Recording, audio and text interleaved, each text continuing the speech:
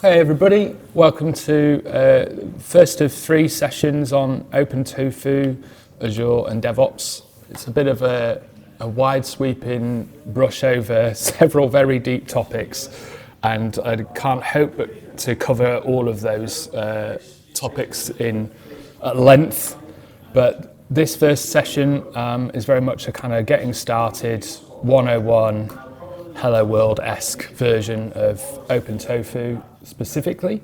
There is a slide in this deck sort of pointing you at the right installs. I'm hoping to make this as interactive as possible, less me talking, more people trying things out, because personally that's how I learn, and hopefully you will get something out of it by trying it and going along with us as we go through this.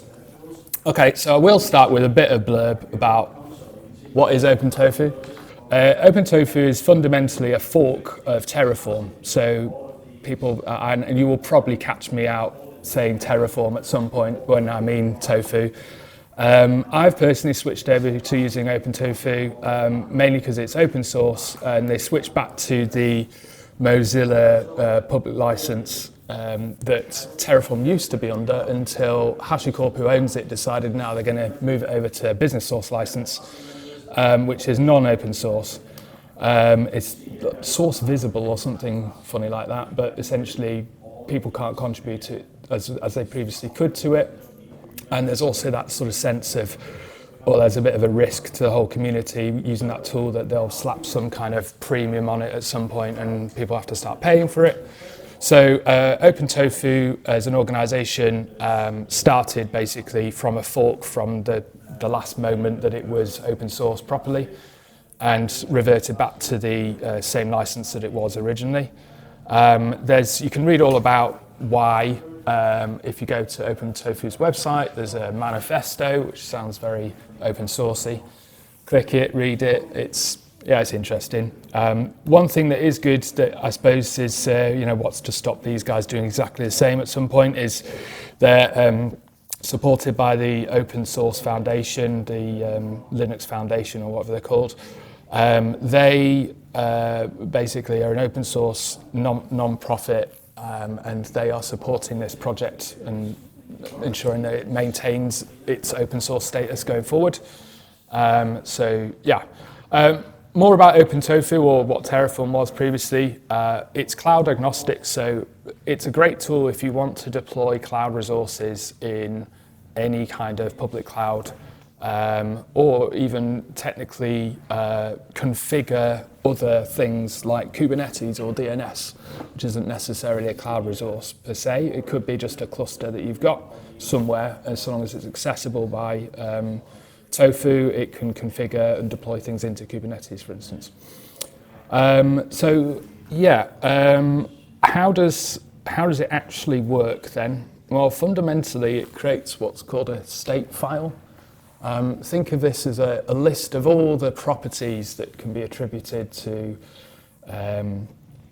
any resource within the cloud. So each, what's called a provider, which is responsible for maintaining the resources that you create, has the ability to configure tens of properties about each resource type, depending on the complexity of the resource type in question.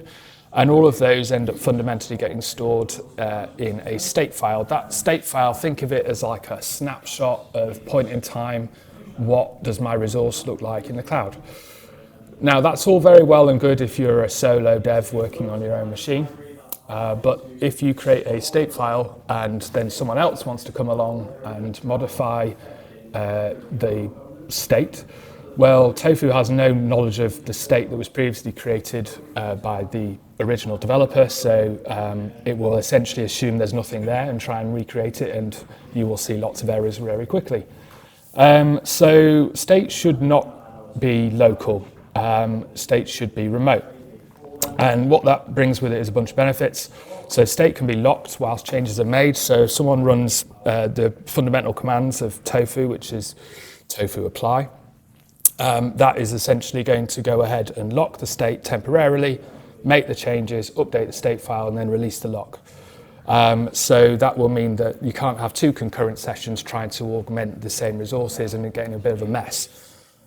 State can also be encrypted. Now, I will send you a link at the end of this session, and it's a mandatory participation that you upvote for Azure's state encryption because it's currently not supported, and we'd like it to be. They've got some kind of workaround where you can use some kind of manual encryption method, but it's not nearly as good as the AWS version, which is basically using secrets manager and a key, and it will encrypt it all nicely. So why would you want to encrypt state? Well, all of these values might have a bunch of secret keys in them and various things. And yes, you can protect access to the storage account that stores this state, but actually fundamentally, if someone gets hold of that, they've got access to all the same secrets that were created originally. So it would be a good idea if it would be able to be encrypted. Okay, so if you haven't followed along, it would be a really good time to go ahead and install the tools.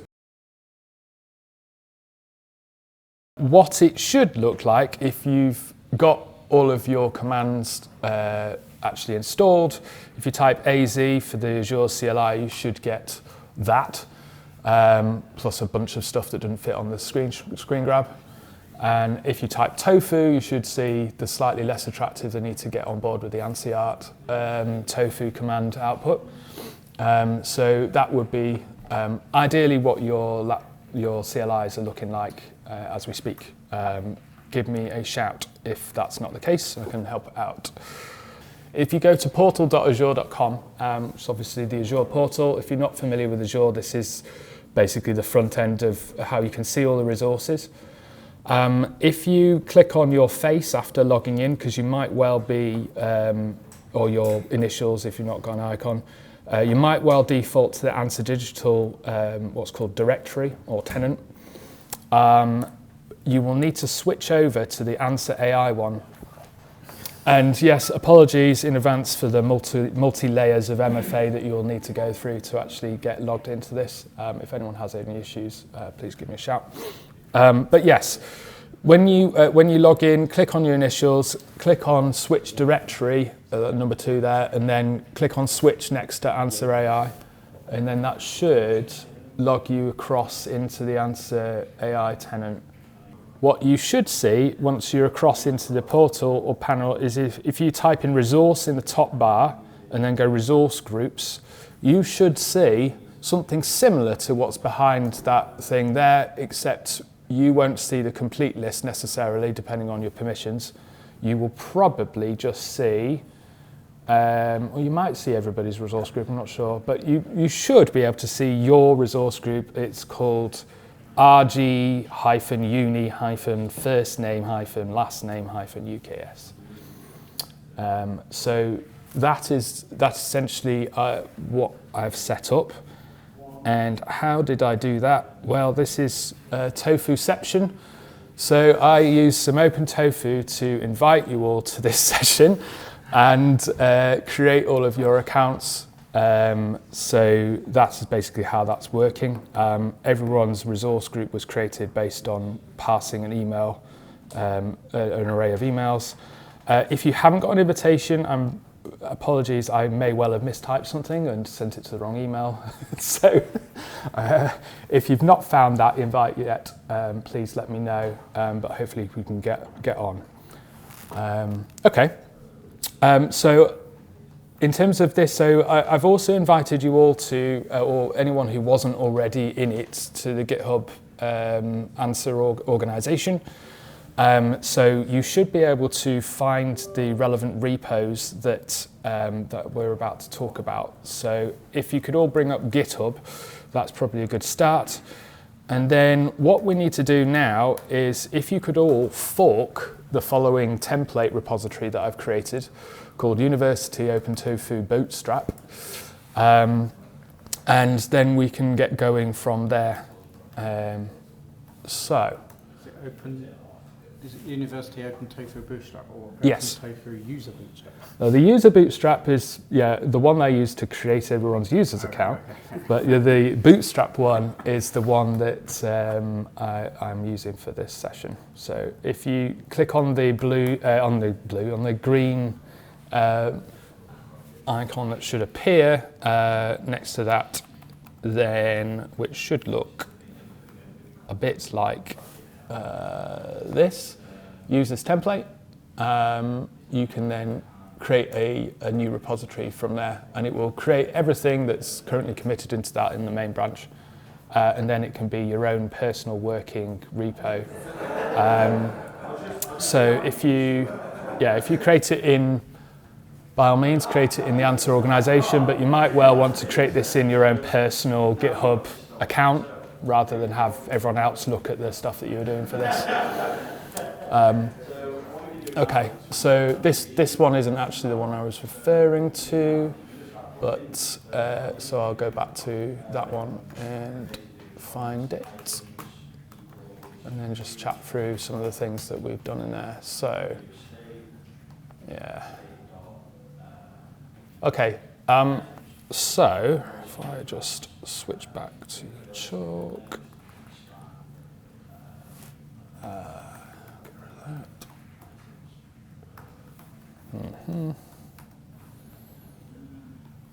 Sorry, it seems to have restarted my presenting.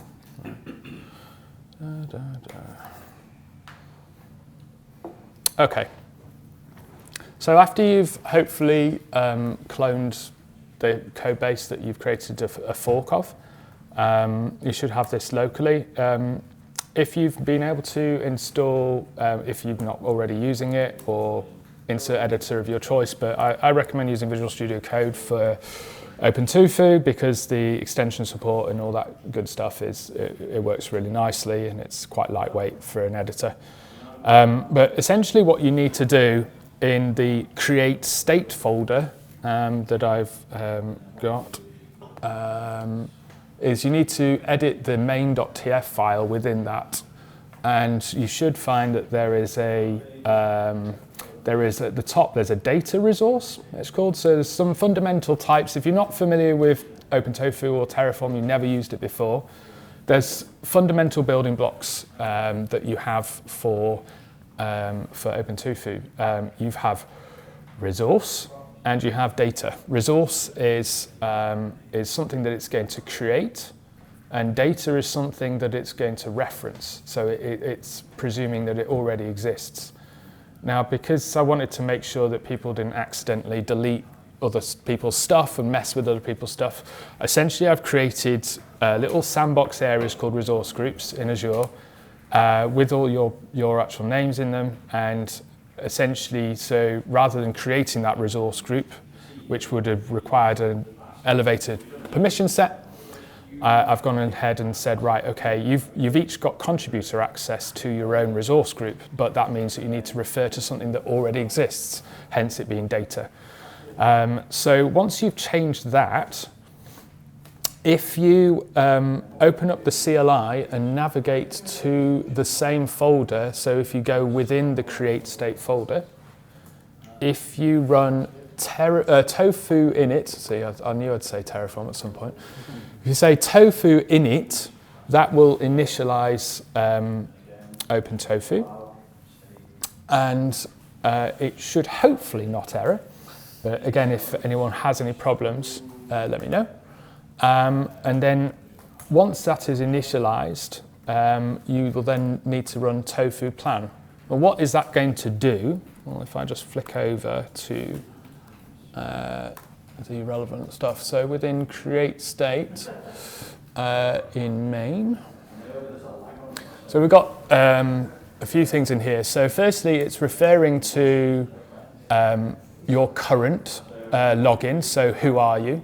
And it's doing that with the Azure RM client config. So Azure RM is what's called a provider. So that is responsible for creating Azure components. Now you can have a look at a whole bunch of documentation on Azure RM. In fact, I'll actively encourage it in future sessions later on this afternoon.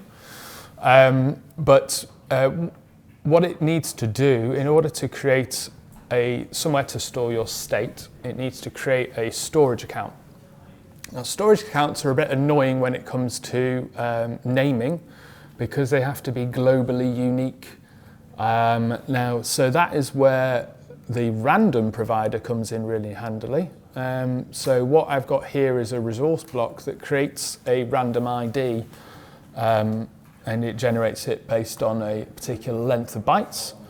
And then it uses that to create a storage account that's going to be unique to you within your resource group. So it calls it ST for storage and then TF for Tofu or Terraform.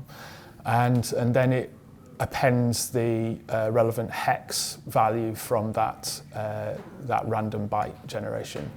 And then the resource group is based on your resource group that you defined up there. And then it's just saying it's standard and it's local redundant storage.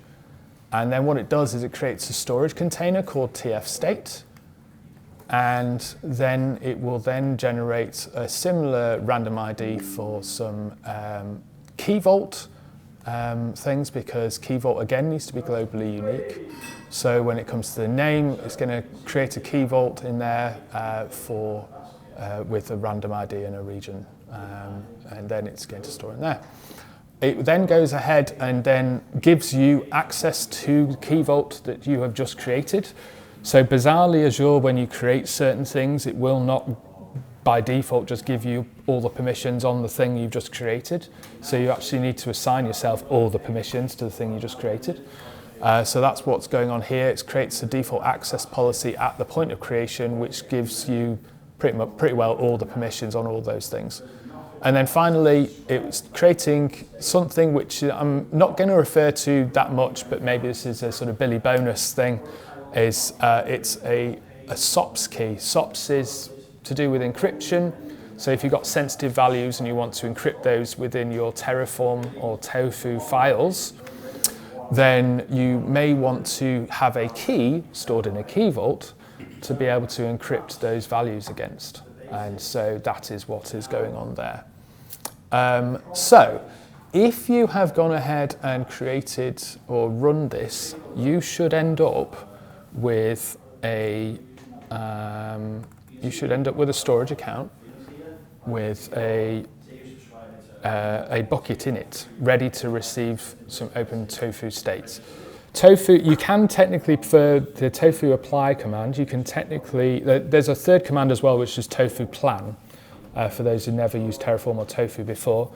What that does is generates a list of things that it would create if it was running the apply, but it doesn't actually do it.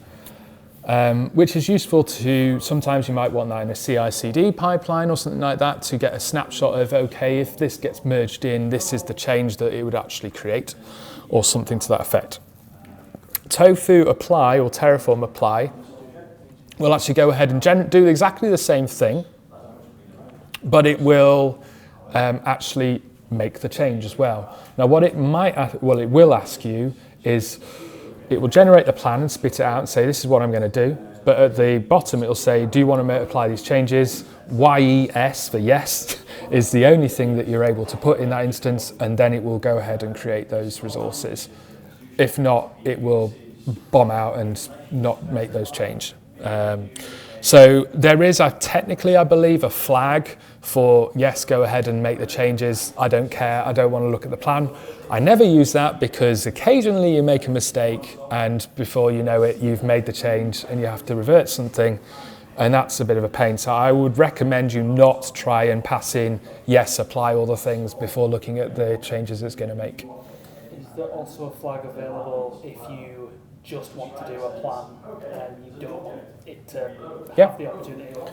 Handily named tofu plan, that is the command for just show me the changes that would be applied, but tofu apply is the one that will go ahead and apply them if you say yes after you are shown it. So essentially does tofu plan, but then at the bottom will say, do you want to actually apply this? And then go. What you can actually do with tofu plan is you can essentially output that plan to a file, and then tofu apply can pass in a file, basically the plan that it's generated previously, and say apply this please. I don't typically use that, but some people do in terms of CLI. You could have for CI/CD, sorry, you could have you could have a plan generated and then it's reviewed by someone who will say, yes, I'm happy that these are the right changes. That gets applied, and then once it's merged in, the apply would actually reference the previously generated plan or something to that effect. But typically, if you're a solo dev and you're working on something, or you're working maybe with a couple of people, it's okay to run Tofu apply outside of CI/CD. It just adds an extra layer of extra stuff that you might need to do. So I've done lots of waffling up this point, and I'm keen to hear everyone's woes and all the errors that people are seeing. So what have we got? Right. So once you've actually gone ahead and hopefully been able to create the initial bucket to put your state in, you will actually find that you've got a state file locally in that create state folder. That is essentially the same sort of state file that's going to eventually end up as a remote file in a storage account in Azure. So if you wanted to look what the garbled mess it spits out, by all means have a look at the terraform.tf state or whatever it refers to its file. But what you'll need to do, because of the storage account being, so this is kind of one-time operation to get set up. I created this bootstrap repo for a reason, so that ideally you've got everything you need to go, okay, I just need to log into the right tenant, create a storage account, and away you can go. It will auto-generate, because of the unique name requirements on the storage account on Key Vault, random ID-based storage account name. So what you actually need to do is you need to copy that storage account name. So if we go into, I'll just bring it up on screen, so where you need to put it.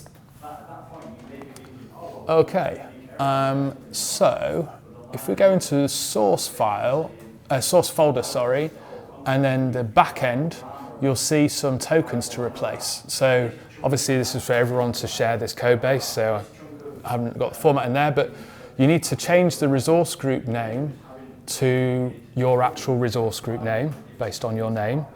And you need to change the storage account name to the auto-generated storage account name that you've just created. And then the container name's fine, because in the create state plan, it creates a container called tf state, so you can leave that alone. And this one, you can technically call it whatever you like as a key, but that one will work just fine. So once you've changed that, if you go ahead and I believe the other change that you'll need to do is similar to the create state folder, you'll need to change the data resource for the resource group in the main file within the source folder to your actual resource group.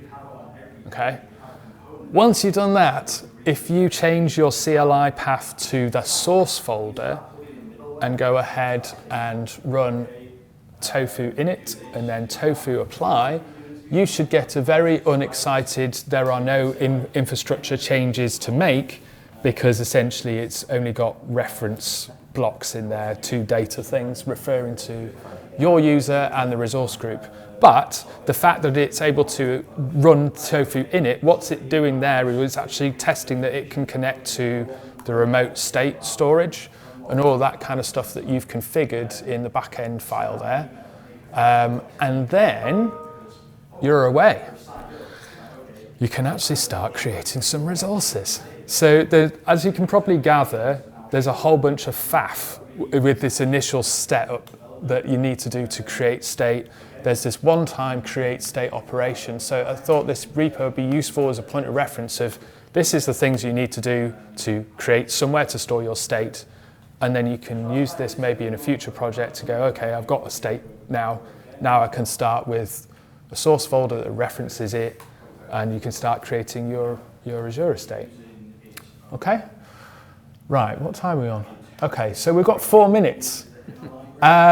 In here, bit of a Billy bonus opportunity is I'd like you to try and create your first resource that you didn't have essentially written for you, and that is to create a virtual network. It's not incredibly exciting, actually. But I thought it's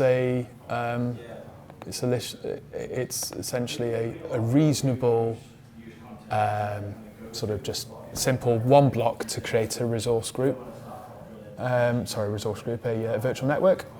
And if you could create it with whatever name you like, although actually I'll send this link round. The architecture community created a great document for how to name cloud resources.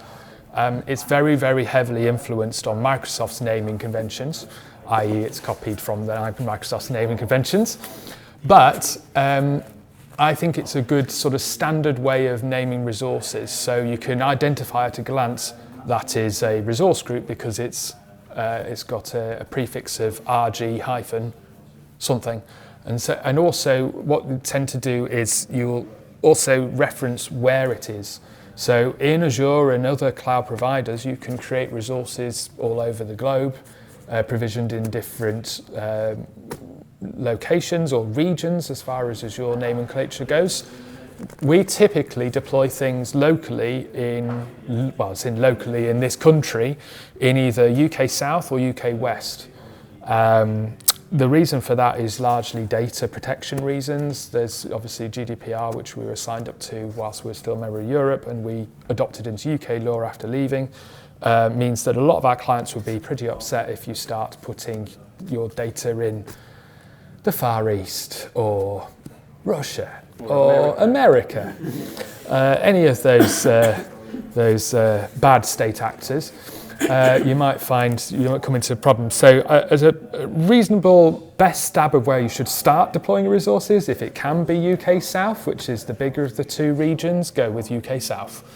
And then if there's an express reason to deploy elsewhere, sometimes when Azure releases new resource types, they are often only available in certain regions as kind of like the test regions. So the big ones in San Francisco or California or something like that, they'll get a lot of preview features and resources that arrive in there first.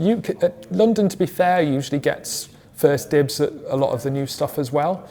But sometimes I've found I just can't deploy a resource in London, so you have to pick somewhere else, and that just has to be by exception in certain circumstances. So I will pop in in your repos that you've cloned, there should be a link to the Azure RM documentation. Here is a link. If you've not already found it, if you Google Azure RM Terraform provider. So in terms of providers, you've got essentially Terraform created all the initial providers, and then Tofu have essentially cloned all of those, and they maintain their own registry of providers. But you'll find a lot of the documentation flicks over to the Terraform repository. They're very much compatible in both scenarios, so it's fine to reference it even if it's under the Terraform website. So don't panic about that. So if I just send that on the session, where are we? It says what you should have had access to. Apologies. And so if you we'll go to it together, just for everyone's reference. So here is an example block. So we already have a resource group. It's a data thing. So when you're referencing a data block, you need to preface it with data dot, but then other than that, everything else remains the same. So the type and then the name of it. So a location here for this security group, for instance, is in Azure. It basically references the resource group's location. So rather than everything's controlled by the resource group at that point, rather than having individual locations for different resources. So try and reference the resource group to say, this is where I want my stuff to be. And then the resource group name it just takes the name property. So rather than copying and pasting strings everywhere, you actually reference the object or resource block in question to actually get it going. And then here's an example of essentially the simple things that you actually need. The argument reference here on the side will tell you all the properties that are actually required, of which I don't believe there's actually many that are, other than a name, a resource group name, address space, and location. Everything else is pretty much optional. So if you create a really simple block with those 4 properties in it, and then run tofu apply, you should have a plan appear that says, I'm going to add a virtual network. And then congratulations, you've just created your first resource from scratch. And also, if you say yes, and that goes ahead and gets created, you will have actually stored that in remote state as well. Okay. Assuming you're adding that resource into the main file within the source folder, not the state init one. Okay.